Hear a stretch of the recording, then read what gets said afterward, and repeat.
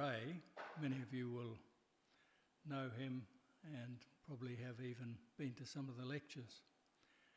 A very distinguished scholar whose unique journey beautifully intertwines the field of architecture, theology and philosophy, and probably a few other things as well. And as we gather here, we are reminded of the rich and multifaceted tapestry of our own city, or at least we should, one that thrives on diversity, bringing together many disparate voices and offers opportunity for us to engage thoughtfully with our built environment and the communities that inhabit it.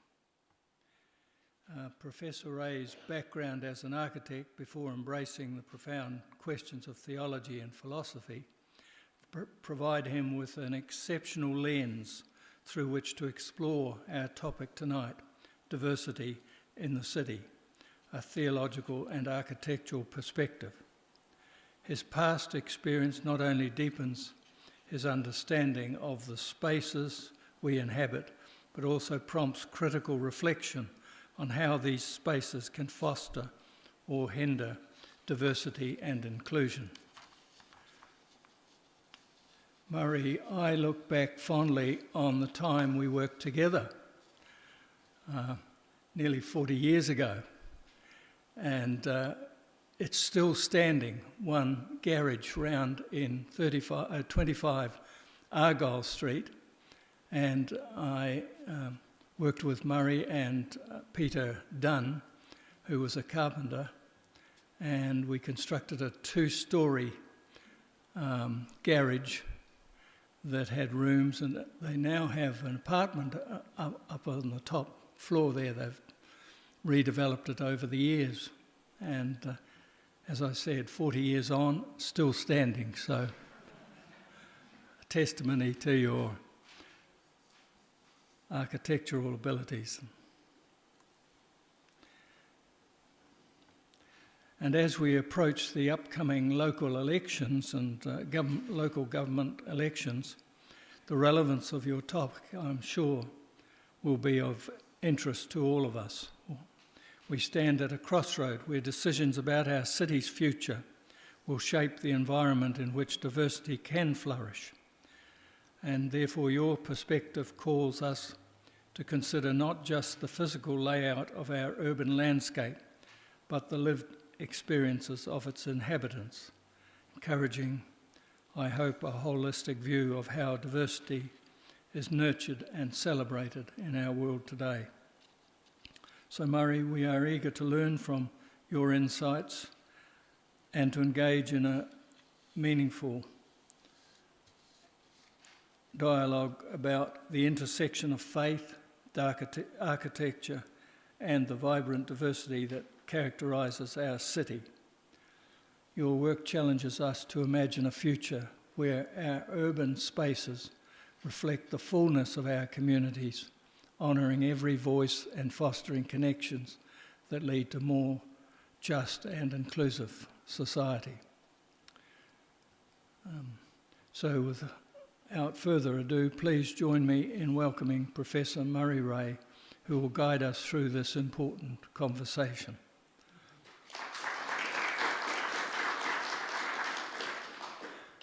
I assume you'll be interested in questions after your presentation.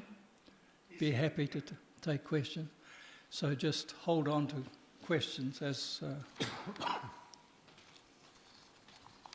Well, thank you very much, Rod. If you take nothing else away from this evening, at least you've got a recommendation of an architect who can design a garage that lasts 40 years.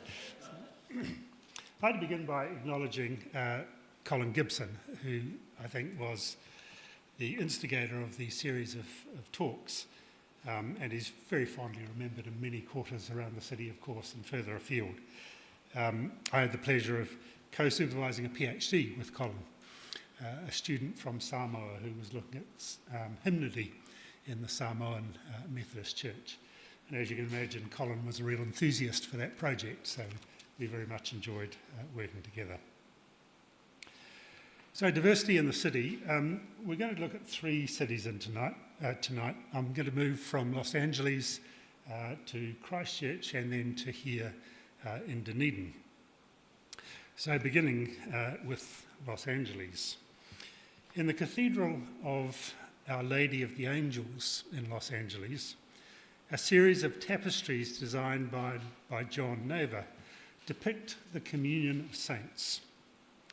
The communion of saints is, of course, a theological concept indicating, among other things, the unity and the relationship of all members of the Church across time and space.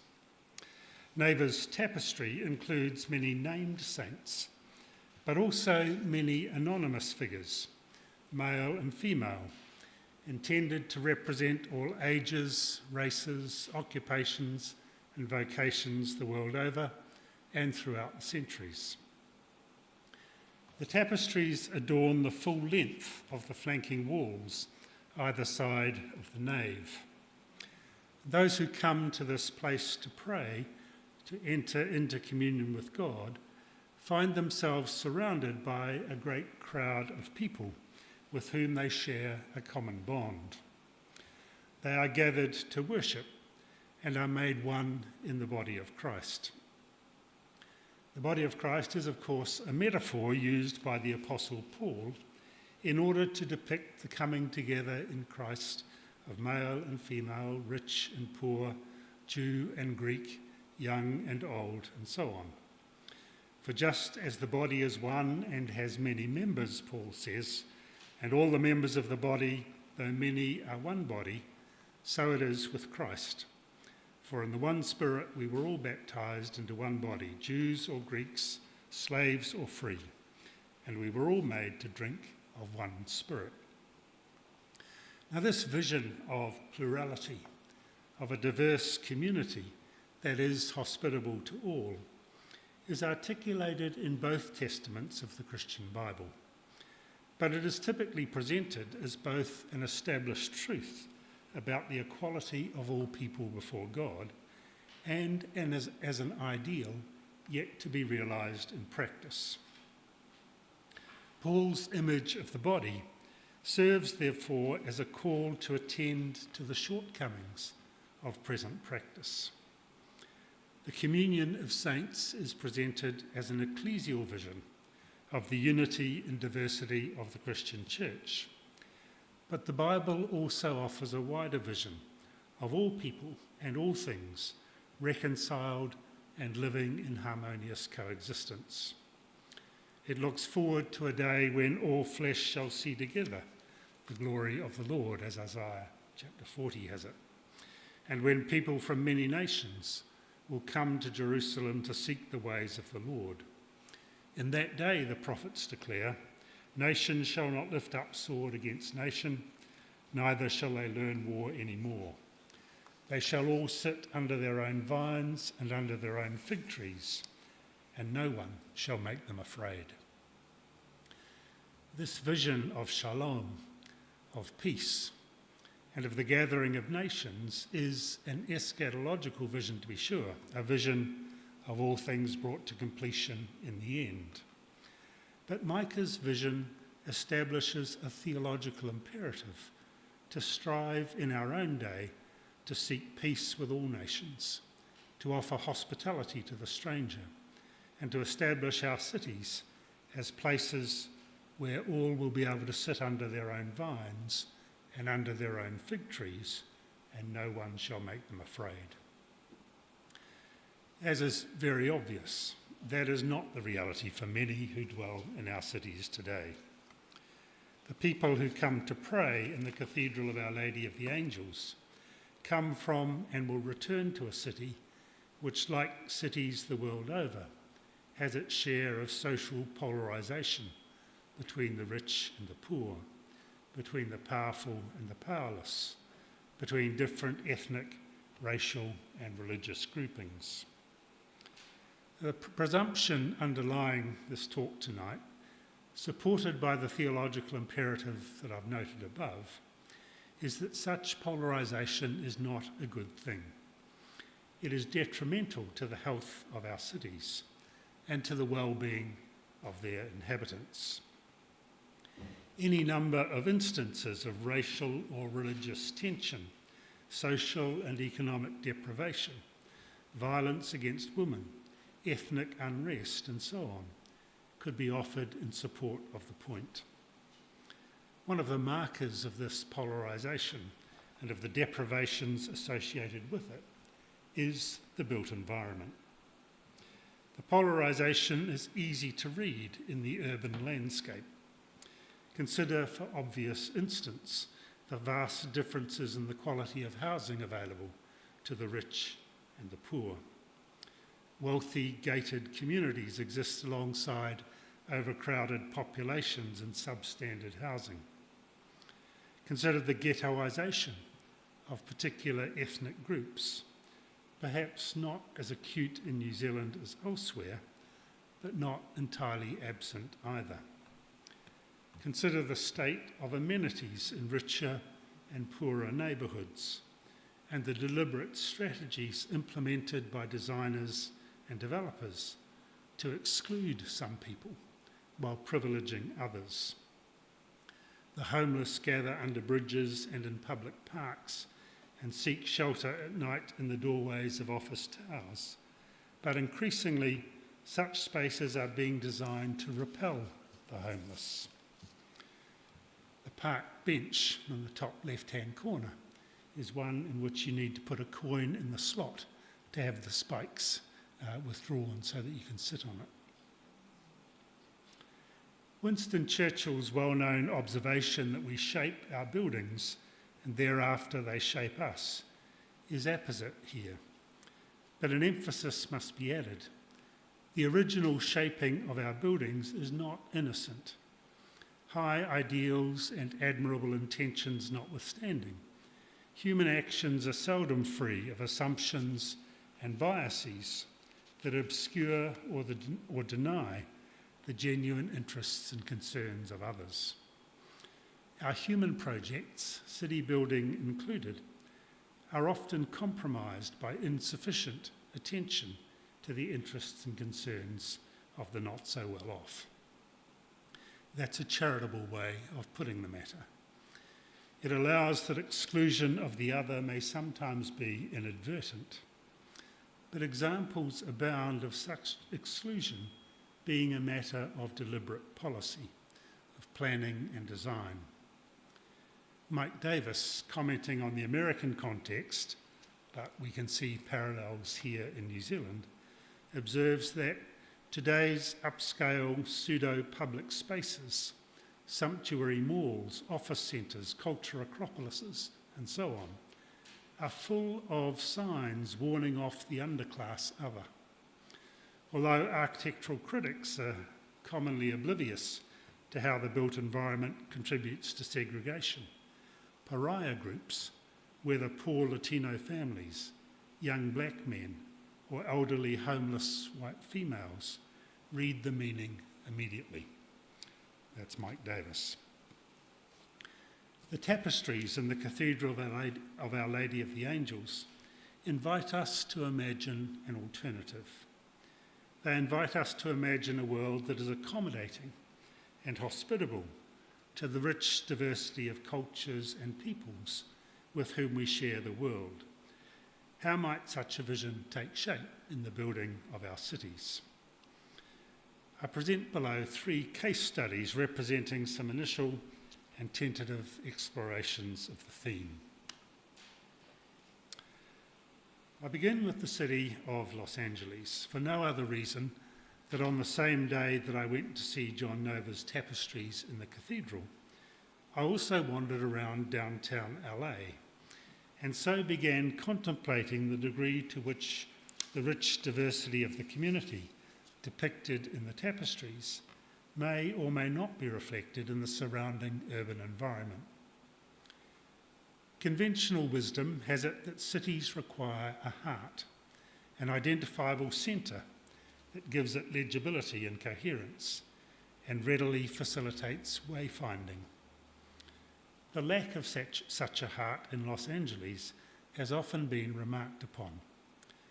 Dorothy Parker, for instance, the renowned writer, critic and satirist, once observed that Los Angeles is 72 suburbs in search of a city. While Herbert Kane, a San Francisco journalist, quipped that, "I went down to LA but couldn't find it." The absence of a heart in the city of Los Angeles has long troubled Eli Broad, a wealthy entrepreneur and philanthropist, who has recently made it his business to rectify the situation. Broad has championed the Grand Avenue project in downtown Los Angeles, which is set to transform the city blocks around a remodelled Grand Park, and, Broad hopes, will unify a divided and disparate city. Describing his rationale for the project, Broad wrote, "All great cities have a heart, a central place where people from all walks of life can go to celebrate and share. They are places made meaningful by history, event, or geography. Or they are places that draw from the energy, commerce, creativity, and diversity of the people who live, work, and play there. And they are places people can use and enjoy, not simply monuments to design. Grand Avenue can be that place," Broad claims. Now, this vision, articulated by Broad, contains some very promising insights, especially the recognition that places are made meaningful by history, and that the heart of a city should draw from the energy, commerce, creativity, and diversity of the people who live, work, and play there. And yet, as the project is taking shape, these insights appear to have been overridden. Consider first a little history. The Bunker Hill area of downtown Los Angeles, which stands at the end of Grand Avenue, has been a site of historical erasure for decades. Bunker Hill was initially developed during the 1880s as a fashionable residential area for Los Angeles' professional elite and their families. During the 1920s and 30s, however, these families began to move out to the newly developing leafy suburbs in the city's hinterland, a relocation accelerated by the completion of the Pasadena Freeway in 1940. The real estate left behind was quickly filled by low-income, largely immigrant minority and often transient residents, reportedly living 10 to a room in conditions that became increasingly squalid and run down. The streets of Bunker Hill came to be regarded as a blight upon the neighbourhood. Racist overtones in some negative appraisals of the area are readily apparent. Some Sanborn maps of this area, now in the UCLA Map Library, have notations made by the insurance appraisers. There's text in the margins of these maps: "Watch for Filipinos here." This is an insurance company considering the area. A master plan developed by the City Planning Authority in the mid-1950s called for the complete clearing of the area. A series of plans emerged, variously proposing the construction of high-rise apartment blocks or combinations of hotel, office, residential and retail space, all demanding the clearance of the site and the eviction of its residents. The clearance of the deteriorating residential area took place soon enough, but it would not be until the mid-1970s and into the 80s that the regeneration of the area began to take place. This time, driven by commercial demands and the modernist vision of commercial property developers. Banal high-rise buildings, accessed primarily by way of their parking garages and offering nothing at street level to attract pedestrians, rapidly took shape on Bunker Hill. Describing the area in the 1990s, Lucato, Sedaris and Sansbury wrote that the contemporary Bunker Hill environment is an acontextual landscape. The architecture and imagery of office buildings plazas and urban malls is characteristically similar to those of most North American downtowns.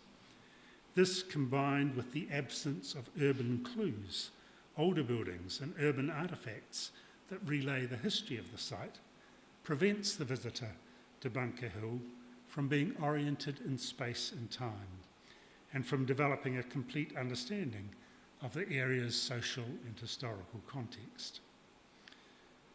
Meanwhile, the poor, the homeless, the bag ladies, the immigrants are confined to the old downtown. The general inhospitability of the area to foot traffic has been relieved only a little by the subsequent construction of a series of cultural facilities, including the Museum of Contemporary Art, the Chandler Centre, and the Walt Disney Concert Hall. Eli Broad and his wife Edith have recently added the Broad Art Museum to house their own extensive collection of art. Across the street from the Frank Gehry designed Walt Disney Concert Hall, the most substantial development yet of Broad's Grand Avenue project has recently been completed. Frank Gehry is the architect again, this time of a multi-use development occupying a full city block.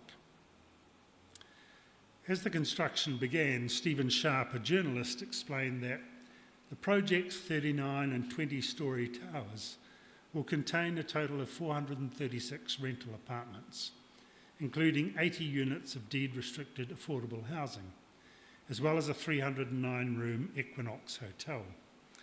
The two high-rise buildings stand above a shared podium and landscaped courtyard, which will be activated with 176,000 square feet of shops, restaurants and terrace decks. The buildings are oriented around an east-west paseo cutting through the site, creating a pedestrian connection between Olive Street and Grand Avenue. Now, the realisation of these visions has been disappointing, however. The plaza picture here is not very hospitable at all, offering only minimal seating, while the messages conveyed by the architecture is that this is the forecourt for upmarket private residences rather than a place of vibrant public activity. A further disappointment is that the project pays no attention to its historic and cultural location. There is nothing about it, so far as I can judge, that reveals and celebrates the cultural and ethnic diversity of the surrounding district and its inhabitants, or that attempts to draw upon the history of the city itself. The development could be in Boston or Vancouver or Sydney, or in any other place prepared to accommodate the homogenising forces of commercial ambition. Now, downtown Los Angeles does have a history, of course, a history more extensive than the successive phases of urbanisation that I've recently noted. Before the late 19th and 20th century, developments of Bunker Hill, downtown Los Angeles, was the site of the Tonga village of Yanga. This village was, in turn, overrun by Spanish colonisation, by Christian missions, and eventually by European American occupation. Through these successive stages of history, the Tongva people suffered displacement, enslavement, and loss of land. The Tongva settlement was first disturbed by the establishment in 1781 of the Pueblo de Los Angeles, a settlement built to service the surrounding ranches, also being developed under Spanish colonisation. The survival of both the ranches and the Pueblo depended almost totally, however, upon Tongva labour and expertise. The village of Yanga itself suffered but survived the Spanish colonisation, but was finally demolished in 1847. Excavation for the purposes of present-day development yields from time to time archaeological evidence of Tongva occupation of the land, but there is little other trace now of the once thriving Native American settlement When I first visited this area, probably 10 years ago, there was no sign at all of the Tongva heritage of the area. When I went back just before this last Christmas, these storyboards have been erected, so there's some recognition now of that history. There are other stories to be told of Los Angeles history that have left more substantial traces in the fabric of the city. Not far from the cathedral is the site of the original Pueblo de Los Angeles, which was designated as a state monument in 1953 and listed on the Register of Historic Places in 1972. But that listing did not prevent the subsequent demolition of numerous historic buildings. Some notable buildings still remain, including the plaza, which constituted the city centre, the Nuestra Señora la Reina de Los Angeles Church, the Avila Adobe, the city's oldest surviving residence, and a number of other buildings, notably the Olvera Street Market, which some of you may have visited, one of the most attractive and lively spots in Los Angeles today. A few blocks to the north of the Pueblo de Los Angeles is Chinatown. It's the new Chinatown, opened in 1938.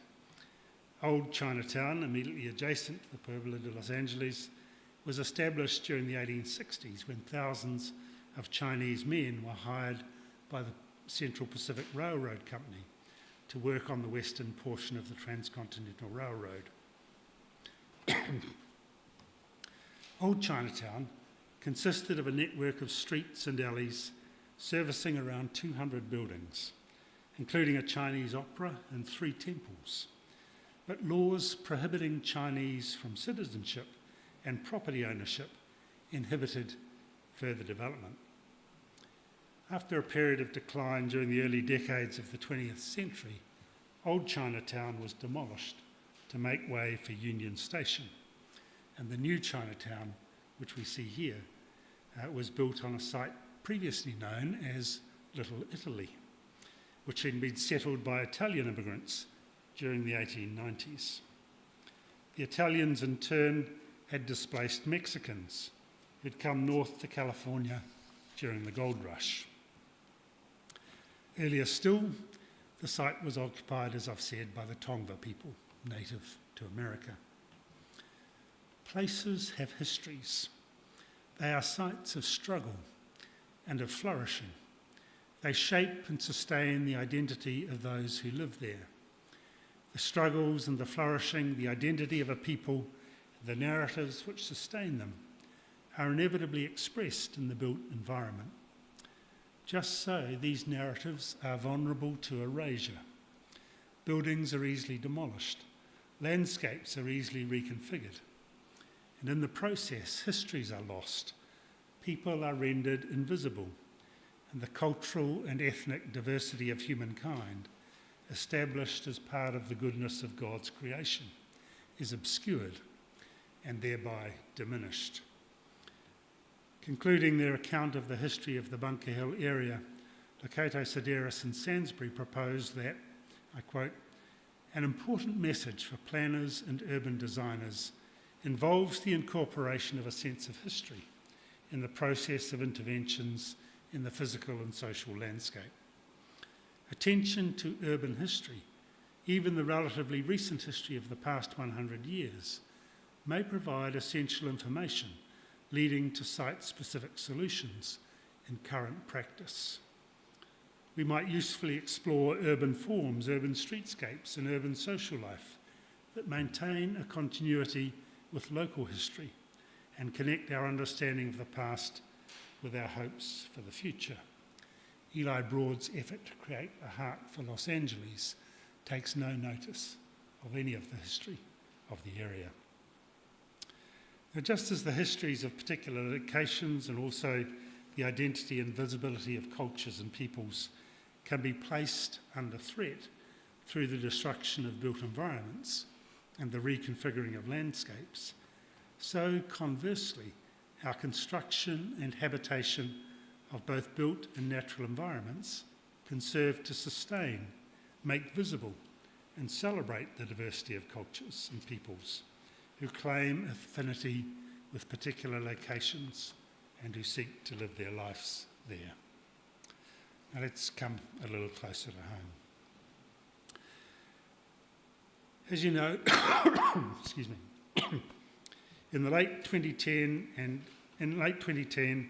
and early 2011, the city of Christchurch suffered a long sequence of earthquakes, the most devastating of which killed 185 people and caused extensive damage to the built and natural environment.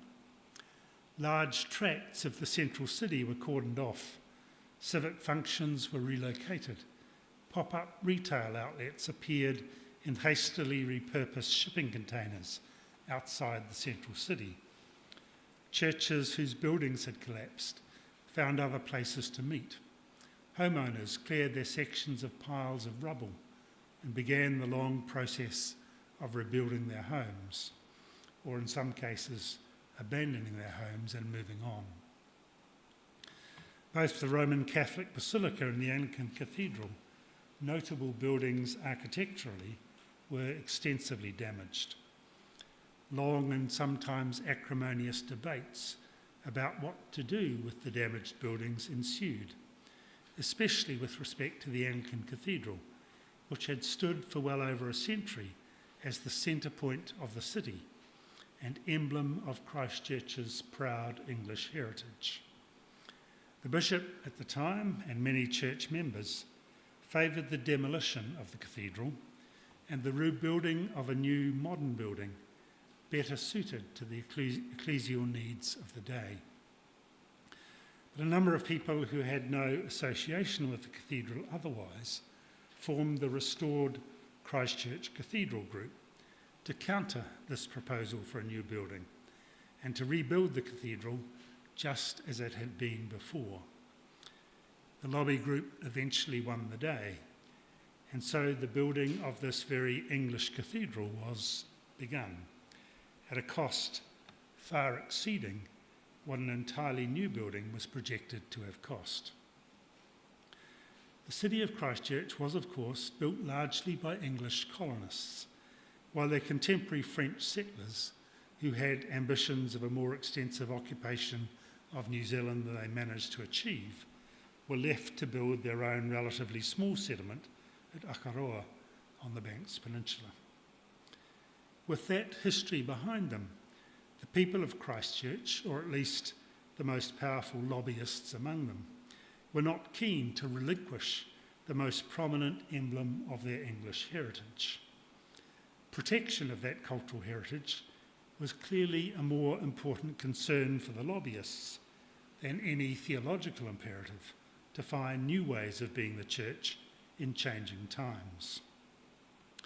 As we know, however, the rebuilding project has now been stalled through lack of funds, and the more contemporary and innovative features of the rebuilding project have been abandoned altogether.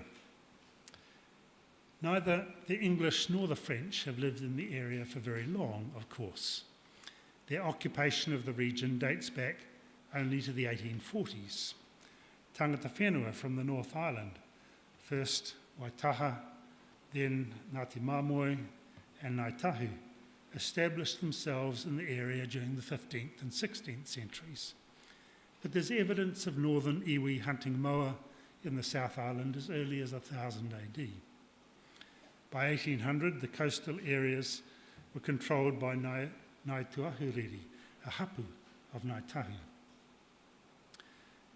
Their largest settlement was at Kaipoi, just a few kilometres north of present-day Christchurch. It became a major trading centre for pounamu or greenstone. Much land in the area had been cleared of forest by earlier hunting parties, but an important forest remained at Putaringamotu, now the Christchurch suburb of Riccarton. The forest and the two rivers that flowed through it, Otakaru, the Avon, and Opawhao, the Heathcote, were sites for gathering food, especially birds, eels, fish, and freshwater crayfish. Both Christchurch and Akaroa are built on land that belonged to Māori. The means by which that land was acquired is a tale of broken promises, injustice, and even blatant lies by representatives of the Crown.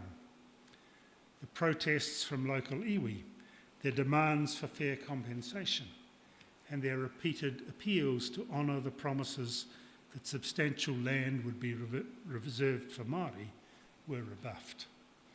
The story of the development of Christchurch and of Banks Peninsula is another story of erasure.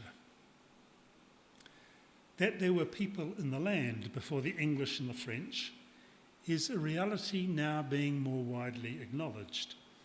And in the rebuilding of Ōtautahi of Christchurch, attempts are being made now to restore the visibility of tangata whenua.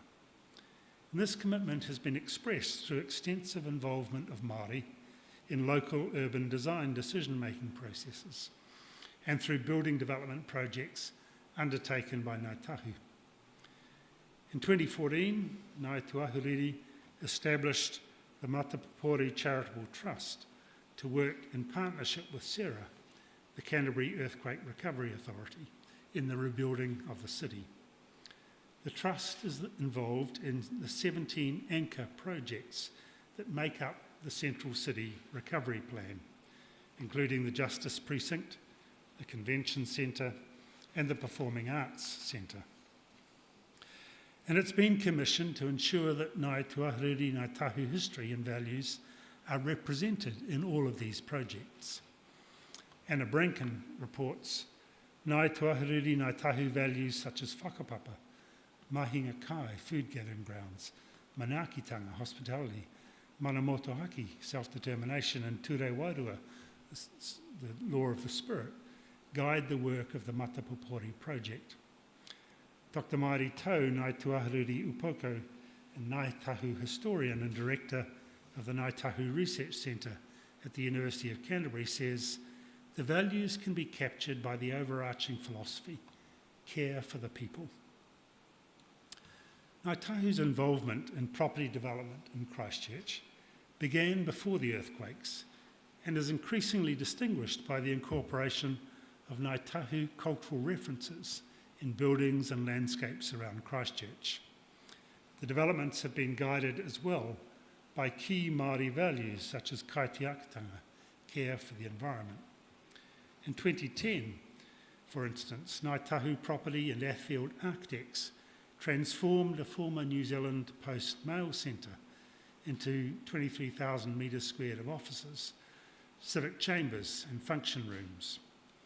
The building is named Te Hononga, the joining, in a symbolic recognition of the partnership between Ngāi Tahu and the Christchurch City Council. Alongside the environmental benefits of adaptive reuse, the building incorporates numerous environmentally sustainable features and was the country's first New Zealand Green Building Council Green Star 6 rated building. A description of the building on the Facebook page of Ngāi Tahu Property records that Ngāi Tahu cultural references are incorporated throughout. At the Worcester Street entrance stands the Pou Whenua, this pou that you can see there, by Ngāi Tahu master carver Fane Robinson, and the bronze tuna eels that you may see in the artificial stream there by Ngāi Tahu artist Priscilla Cowie. Pounamu, gifted by Kati Waiwai, is located in the foyer, and a mural by Ngāi Tahu artist Ross Hemera on the Hereford Street glass entrance is inspired by Matiahe Teremoehu's petition to Queen Victoria in 1857.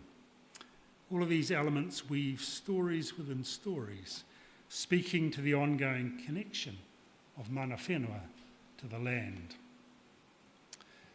The artist Priscilla Cowie has been involved in other projects around the city, including a story arc installed in the children's playground adjacent to the Otakaro River.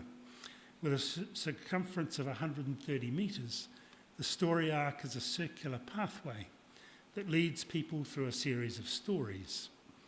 The stories pay tribute to renowned children's story writer Margaret Mayhew, after whom the playground is named.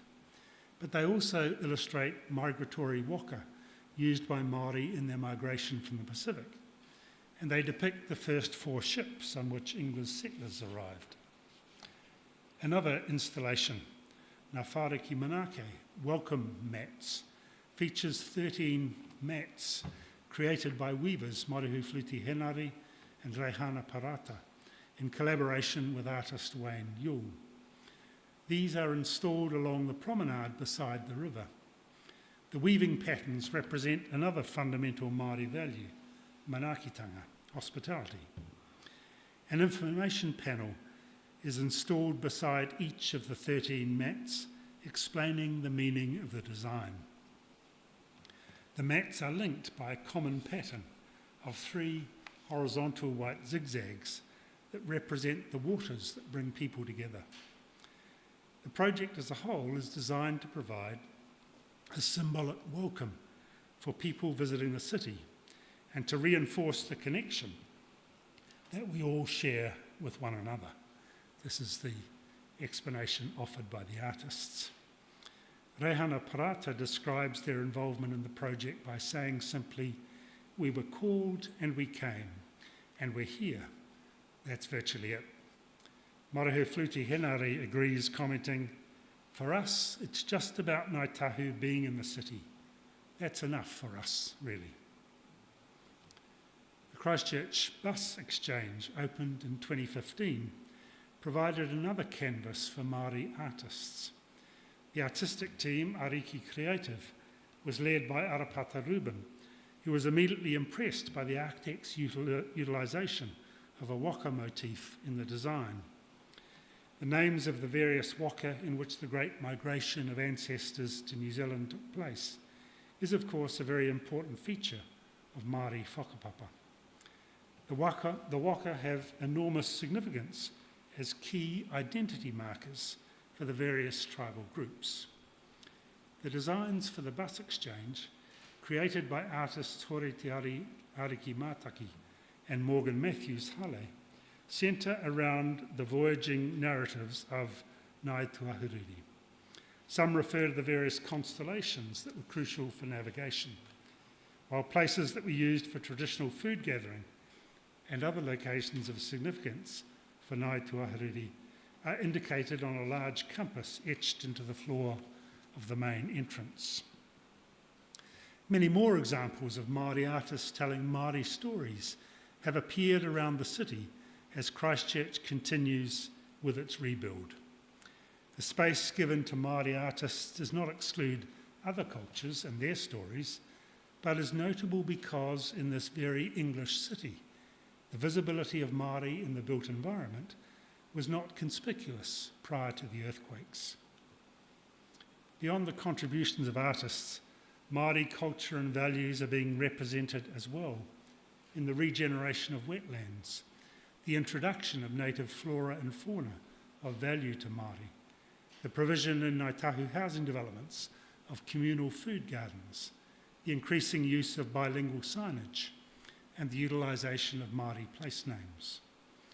All of these markers in the landscape and in the cityscape serve to render visible again the tangata whenua, the original people of the land. Now, a similar story may be told about the changing cityscape in our own city, in Dunedin. For long enough, the Dunedin cityscape was dominated by British and European architectural forms and language. From the English Gothic of First Church and St Paul's Cathedral, the Scottish baronial style of Otago Boys High School, the neo-Renaissance architecture of the Town Hall or municipal chambers, modelled incidentally on Michelangelo's Palazzo Senatorio, the seat of civic government in Rome. We had high ambitions back in the day. Or the 19th century Gothic of the University Clock Tower building, inspired, as you'll know, by the design of Glasgow University. The language used and the stories told in the architecture are drawn from our European cultural heritage, whilst the evidence of any Māori presence in the land or the stories of Chinese or Lebanese settlement in Dunedin were, until quite recently, very difficult to find. The architecture of the marae at Otako, including the wharenui and the adjacent church, speak of the long habitation of tangata whenua in this area, but these buildings are found, of course, at some distance from the city centre and are likely unknown to many Dunedinites. The diversity of Dunedin's cultural heritage began to become much more evident, however, with the building of the Chinese Garden, a prominent architectural addition to the city, fittingly built alongside Otago Early Settlers Museum. Quite a bit later, very recently in fact, Aisha Green's sculpture in the Octagon, a replica of the doorway to the wharenui at Otako, brings the marae into the centre of the city and invites entrance into Te Ao Māori, the Māori world. The sculpture is titled Ko Te Tūhono. Tūhono means to bond or connect. We are invited to reach across the divide of cultural difference and honour the diversity of the city's inhabitants. Along the road at the university, views of the Clock Tower building are now graced by the addition of a pou whenua, bringing into view the diverse history of this land. The pou whenua is named after Tāwhaki. A Ngaitahu story, or purako, tells the story of the demigod Tāwhaki, who sought celestial knowledge from the gods. In searching out the pathway, being adaptive and innovative, and using his tenacity in climbing to the heavens, Tāwhaki gained experience and knowledge and relied on the guidance of others to be successful in his endeavours to support life on Papatūānuku back here in the whenua. It's an appropriate image for the university. The pou recalls a story of educational aspiration and the value of education in serving the community. More recently still, the remodelling of George Street makes deliberate use of tangata whenua stories and motifs and reminds us of the significance of this place prior to European settlement. Paving patterns reference the corner of the four-cornered kete, the poti as it's called, which is believed was the origin of the Māori name for Dunedin. O te poti also refers to a specific location at the edge of what was then the harbour, now the location of the newly built ACC building. The external panels of this building also reference the woven pattern of the kete, or basket. Further motifs employed in the redevelopment of George Street reference the food gathering traditions of the central city area. Maka, or barracuda fish patterns, one of the most important of food sources for Māori back in the day, images used in the decoration of the new George Street. The importance of barracuda appears elsewhere in the city as well. Does anybody recognise this? Anybody? It is Queen's Gardens, yep. And that's the base of this Celtic cross that was erected by the churches as a part of the Millennium celebrations. What's interesting is the depiction of someone from the local iwi giving a gift of parakuda to the incoming settlers. It's a very important part of Dunedin's story, the hospitality shown by Kaitahu, by the marae at Otako to the incoming settlers. It's represented here in a pretty inconspicuous way, but it's well worth taking a much closer look at that Celtic cross in Queen's Gardens. There's lots of interesting imagery and symbolism on it. Back to George Street. The hanging lights represent the drying process as the fish were strung up on lines to dry. Further along the pavement, we have a map depicting the pre-European shoreline of the harbour and the names of important mahinga kai, or sites for gathering food. One of the names you may be able to make out there is Mātou Kariao, an important site for fishing. The name is made up of two words, mato, which means hook, and kariao, which is the supplejack plant. Together they describe a specific type of fishing hook secured with woven supplejack. And we see these depicted in some of the seating nearby. The food gathering theme is repeated elsewhere in the much maligned seesaws, crafted in the shape of a waka kukapa or waka kereru. These were devices for snaring birds. Overhead, the shades of the playground, over the playground, represent the kereru bird in flight, the wood pigeon in flight. Along the length of the New George Street, we can find storyboards which point out the significance of these various features, reminding us of the stories that go back beyond British settlement in Dunedin. Old narratives are being recalled, acknowledging and bringing to light the diversity of cultures that contribute to the makeup of our city. The changing face of Dunedin and of Christchurch City involves a process of recovery for Māori and of education for non-Māori. That which has long been obscured in our cityscapes is becoming visible again.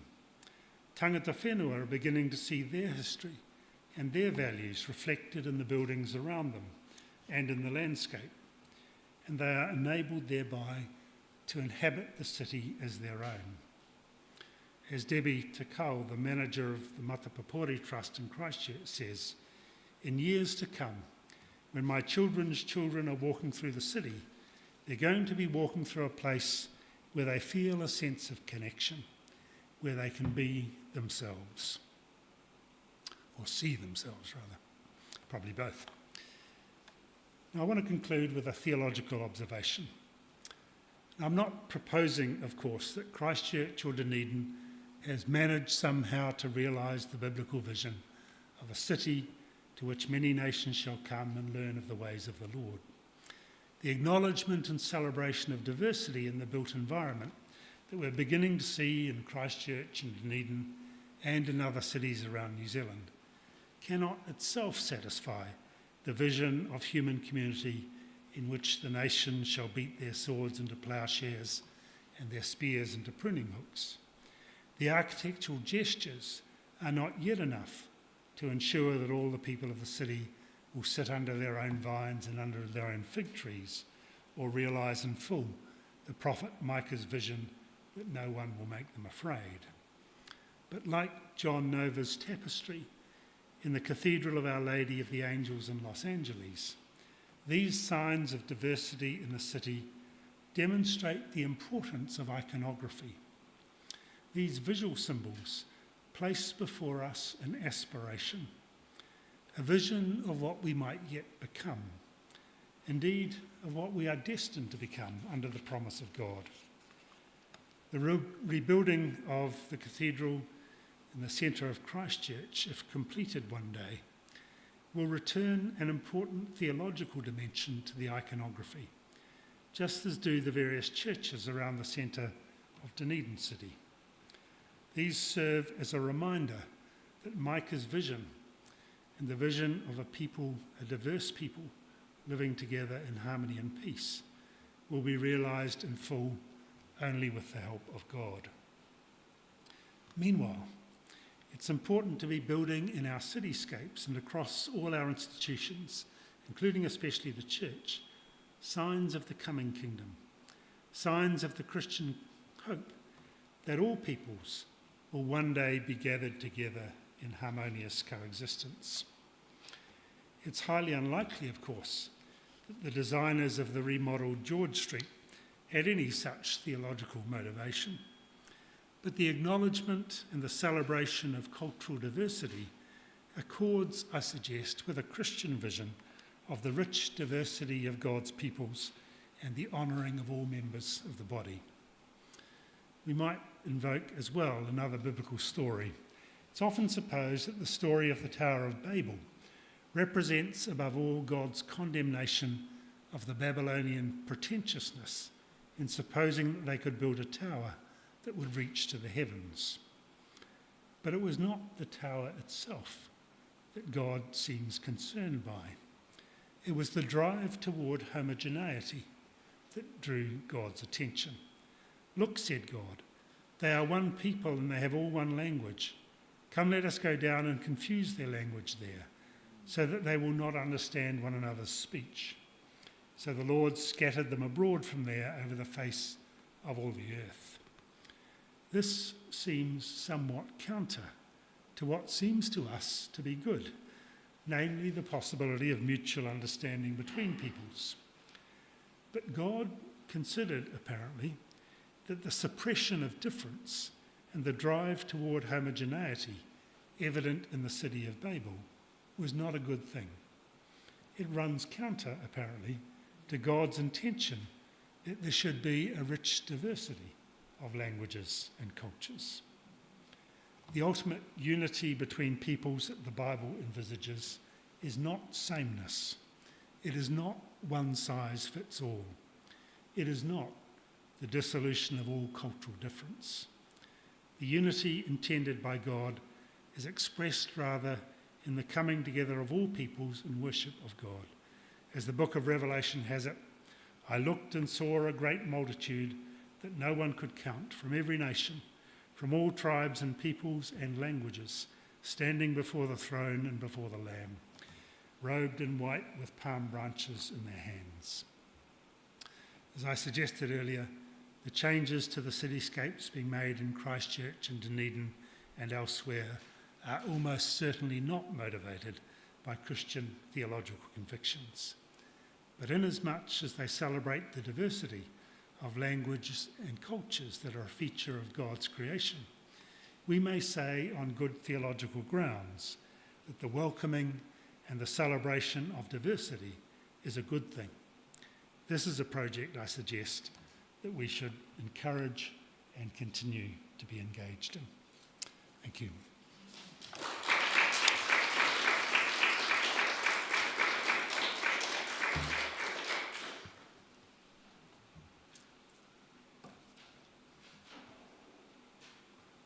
There may be some of you who wish to ask a question or two. Have we a travelling mic? You're going to rush around with that? Okay. Sorry? Okay. So, have anybody here who wants to ask a question? Don.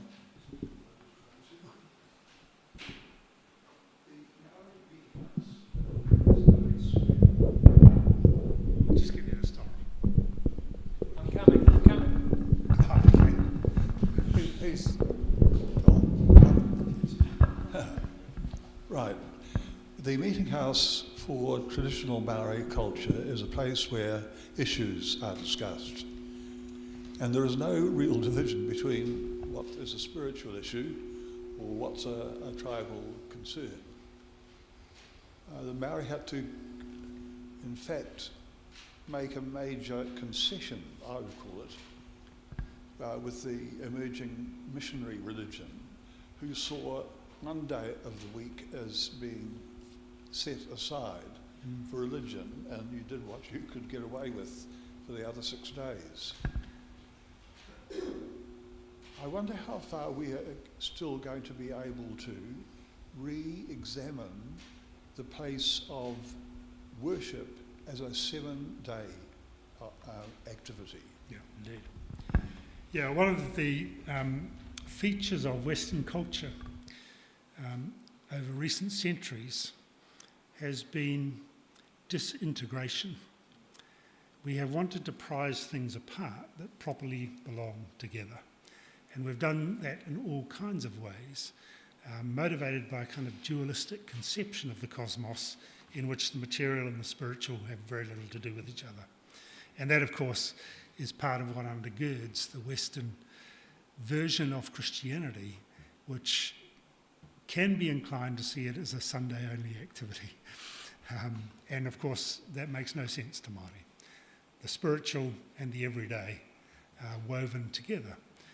That's why karakia is so important as Māori carry out various activities. So that integration is to be admired, I think, Donald, and it's something that the West needs to learn again. Now, we get it theologically, of course, we understand that, but in Christian practice in the West, we have disintegrated what should properly be held together. The work of liturgy is the work of the people throughout the week, and we have tended to forget that. So, yeah, you're quite right. Actually, there's, speak for a moment of the Presbyterian Church Marae up at Ohopi. Its key feature is a wharanui that is a carved house, and the ancestor represented there is Ihu Karaiti, Jesus Christ. As you know, wharanui typically represent an ancestor. And down one side of the wharanui, on the right-hand side, there are characters and stories from the Bible. And down the left-hand side, there are characters and stories from Te Ao Māori. And these two are brought into conversation with one another. And to enter this house, for it to be a place of peace and shalom, it would be unthinkable to have a fight in there. You resolve your differences outside on the pie. And it's as if, bringing your gift to the altar, you remember that you have a beef with your brother or sister. Go and sort it out first, and then come into this place of peace. And it's a place of peace marked by respect for both traditions and recognition of the richness of both traditions. So we can do it, and we need to be reminded of how.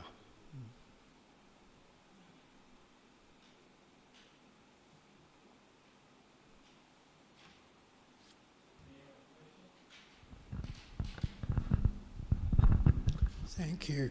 This is more of a comment rather than a question exactly, but looking at everything that you've said tonight, the churches have not been involved greatly in the history of Presbyterian spires around our community.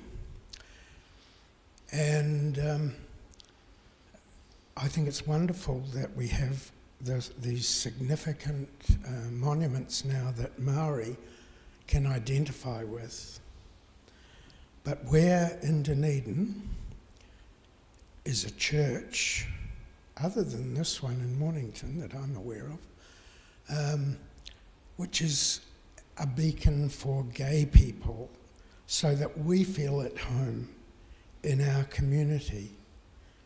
Do you have any comments on that? It just, we're a hidden community, the way Maori have been ignored for perhaps 100 years or more. Thank you. Yeah, thank you for the question. It's undoubtedly an important consideration, and the church's performance in this area has been very patchy at best and often terrible. There are some churches around Dunedin besides this one, I think, that do extend a welcome to all. You might recall that for a year or two, Knox Church in George Street had a rainbow symbol on the steel fence outside its front door, an indication of welcome to the gay community. So, is that what happened? I didn't know that. But the welcome was there, and there are other churches in my experience too. The one I go to, for example, doesn't have a lot of visible imagery suggesting that, but extends that same welcome as well. But I absolutely agree with you. It's a really important consideration. We need something visible, don't we? It certainly helps. Yep, indeed. As I mentioned, iconography is very powerful. So, yep.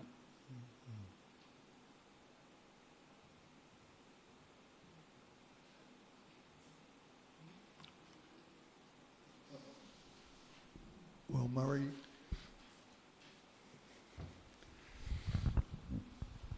in the light of that last statement that iconography is important, what do you say to congregations who build churches that look like warehouses and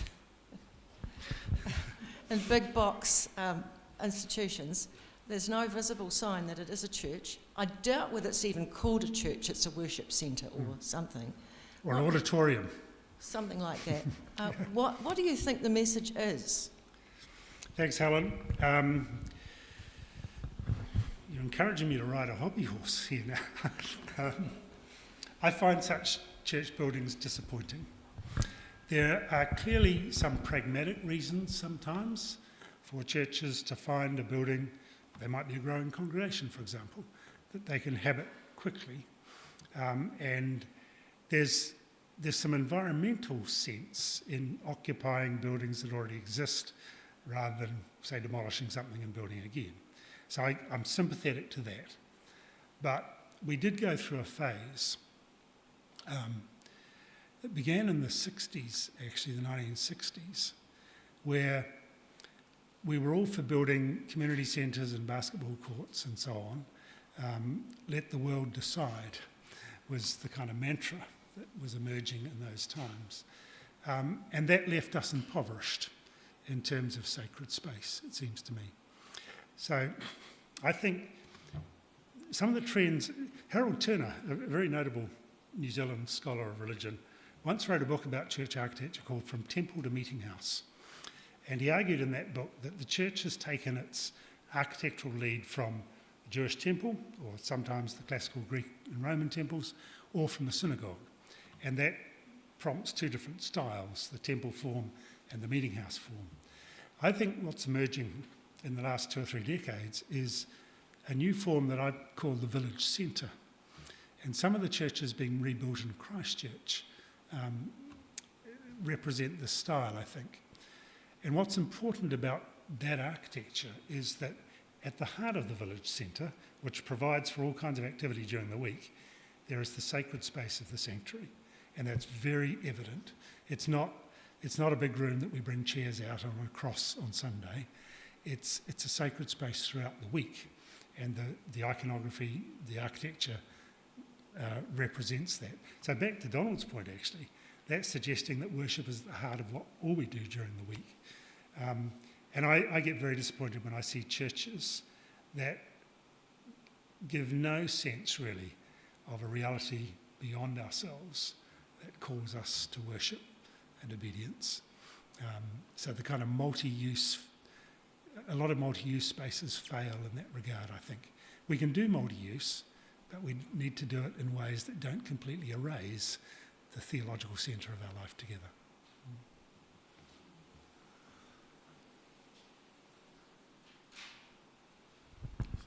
Thank you. In the news, even tonight, that climate change and insurance policies are really beginning to alienate people from their land. Is that something that we have a collective responsibility to address? Yes, Russell. That's about as far as I can go, though. Yeah, it's a bit disturbing, isn't it? And seeing families no longer being able to afford to insure their houses. There's a problem here we need to work on and to fix that. I have no bright ideas, but it's one of the features of our changing environment and the increasing prevalence of adverse weather events and so on that we certainly have to address. Churches too are finding it hard, aren't they, to insure their buildings. Many have reduced their insurance cover. Well, Murray, it's with great pleasure. I want to thank you on behalf of the group gathered here. We've heard comprehensive, excellent analysis of what's going on in 3 cities, 1 huge, 1 medium, and 1 smaller. But important, yes. I was interested in the notion that you put forward that there seems to be a gap between the ideas that come into vision at the beginning of a process of reinstituting the centre of a city and what is found at the end. It seems that hopefully Christchurch and Dunedin has pointed a slightly different way, and that while we may not yet have a clear, crystal vision of where Dunedin or Christchurch should go, you seem to be hinting that we are moving in an acceptable direction. In some respects, yes, indeed. Yeah. And we're very pleased with that. Even on the intellectual stage, as a first-year PhD student, I decided to get rid of the language component. I already had passed in German, but that didn't do for what I was writing about. So it had to be Te Reo, Maori 111. And apart from that was in 2005, and so I took it as a 6-week summer course to get it over with. I've never regretted it, but I have to say, in all fairness, at the age of almost 83, much of what happened 20 years ago has disappeared out of this head.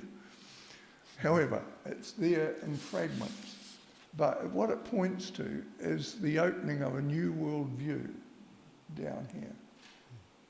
And I think we here are mighty glad of it. And on that note, I'd like to present to you a small gift in recognition of your work. Thank you, George.